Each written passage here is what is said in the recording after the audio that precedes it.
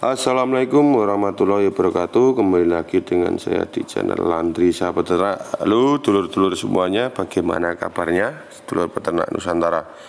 Kali ini saya berada di salah satu farm ya, di daerah Jawa Tengah. Oke, pembahasan hari ini sedikit di dasar ya. Jadi berkaitan dengan ingin budidaya ayam petelur itu memang harus ada beberapa hal yang perlu diperhatikan. Contohnya hal pertama adalah pemilihan jenis ayam.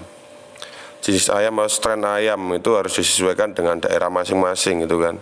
Jadi tidak semuanya bisa excellent di beberapa lokasi gitu kan. Contohnya yang populer aja kan, kalau Lohman itu bisa di semua tempat, di semua kondisi. Terus ada lagi juga, ada misalkan seperti Helen, seperti Isa itu kan, itu nah, pemilihan jenis ayam ini harus disesuaikan. Terus kemudian pemilihan lokasi, misalkan lokasi di daerah mana, daerah panas atau daerah dingin itu harus disesuaikan juga. Terus kemudian kata teman saya itu jangan memilih lokasi yang lokasinya lokasi sengketa, itu berat ya. Nah, terus kemudian yang perlu diperhatikan juga adalah penggunaan kandang atau model jenis kandang. Misalkan contohnya di daerah panas itu kan, daerah panas ya diusahakan memilih model kandang yang memang misalkan contohnya itu kan untuk mempermudah sirkulasi udara. Misalkan kandangnya tinggi, panggung, terus kemudian ada beberapa ditambah monitor untuk memperlancar sirkulasi kan, seperti itu kan. Kalau di daerah dingin bisa misalkan contohnya kandang deprok pun bisa, panggung pun lebih bagus, tergantung nanti kan mau memilih pengelolaan kotoran ayamnya itu mau yang seperti apa. Misalkan kok beberapa minggu mau dikeruk atau satu periode, setengah periode mau dikeruk, itu kan modelnya beda-beda. Terus kemudian mengenai pakan ya pilihlah pakan yang berkualitas itu kan ya, pakan yang bagus, entah itu mau self mixing, entah itu mau pakan jadi gitu kan. Carilah referensi sebaik mungkin untuk daerah, misalkan daerah sini, daerah Jateng, daerah panas itu biasa yang dipakai untuk pakan yang paling excellent itu pakan produk apa, contohnya seperti itu. Terus berkaitan dengan pakan juga perlu diperhatikan itu kan. Daerah panas misalkan contohnya pemberian pakannya bagus di jam berapa paginya, itu daerah panas biasanya harus pagi banget bener gitu kan. Jadi pada saat menjelang panas itu ayam sudah selesai makan itu kan, dia sudah ada energinya gitu kan. Untuk daerah dingin jadi bisa lebih agak siang, misalkan jam 8-an kan gitu kan. Terus kemudian minum juga perlu diperhatikan mengenai minum. Misalkan untuk daerah panas bisa misalkan nipel tetapi di bawahnya ada peralon belahnya atau pipa belahnya, itu bisa diprioritaskan juga gitu kan. Talang juga bisa. Itu pemilihan mengenai talang, tempat minum talang atau tempat minum nipel itu sebenarnya ada sisi positif, ada sisi negatif masing-masing, ada kekurangan, ada kelebihnya masing-masing gitu kan.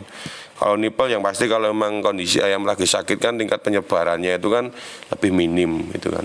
Tapi kalau talang ya akan lebih cepat kan gitu kan. Terus perawatan menggunakan talang pun juga harus lebih diperhatikan. Nipel pun sebenarnya juga sama untuk menjaga kondisi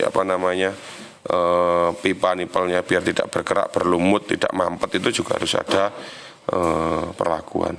Kemudian kebersihan kandang. Kebersihan kandang ini perlu diperhatikan juga. Itu setiap hari itu harus dibersihkan gitu kan untuk area dalam kandangnya. Soalnya kebersihan kandang ini nantinya pasti akan berhubungan dengan kesehatan ayam. Terus mencegah juga timbulnya penyakit. Terus kemudian pemberian vaksin ya. Selain kebersihan kandang tadi yang harus terjaga, pemberian vaksin juga sangat dibutuhkan itu kan. Vaksin ini setiap masing-masing farm atau setiap daerah dengan kondisi kandang itu perlu ditindaklanjuti. Contohnya misalkan sekelas farm besar gitu kan, vaksinnya tidak bisa menonton dijadwalkan sesuai standarnya saja, harus dibaca acara lapangannya seperti apa. setiap 2-3 kali setelah vaksinasi itu harus diambil sampel darah untuk dilihat trend titernya seperti apa, ataukah perlu jadwal vaksinnya dimajukan atau perlu dimundurkan. Ya mundur nggak mungkin ya, perlu mungkin dimajukan, atau mungkin bisa juga diganti dengan vaksin jenis lain kan, seperti itu. Terus kemudian penggunaan atau pemberian cleaning antibiotik itu juga perlu diperhatikan. Trennya sebelumnya di farm atau di kandang tersebut itu biasanya muncul penyakit di umur berapa atau di kondisi apa. Misalkan kok di umur menjelang puncak produksi itu harus diperhatikan pencernaannya, berarti cleaning pencernaan misal seperti itu. Kalau di daerah tertentu misal di musim pancaroba, pergantian musim itu biasanya banyak muncul bakterial, yaitu nanti ke arah situ kan gitu kan. Terus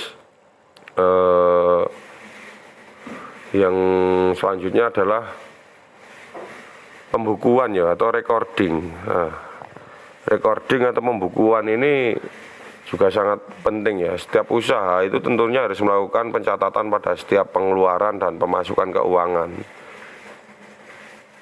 Terutama ini kan kalau kita itu melakukan budidaya ayam petelur ya, dengan melakukan pembukuan yang benar, kita itu bisa dengan mudah melakukan pencatatan usaha. Misalkan contohnya ya pencatatan produksinya, itu kan produksi HND-nya berapa, persentase HND-nya, bobot telurnya itu juga berapa, terus kemudian akumulasi mingguannya jadi terlihat gitu kan. Jadi untuk evaluasi produksi itu mudah itu kan.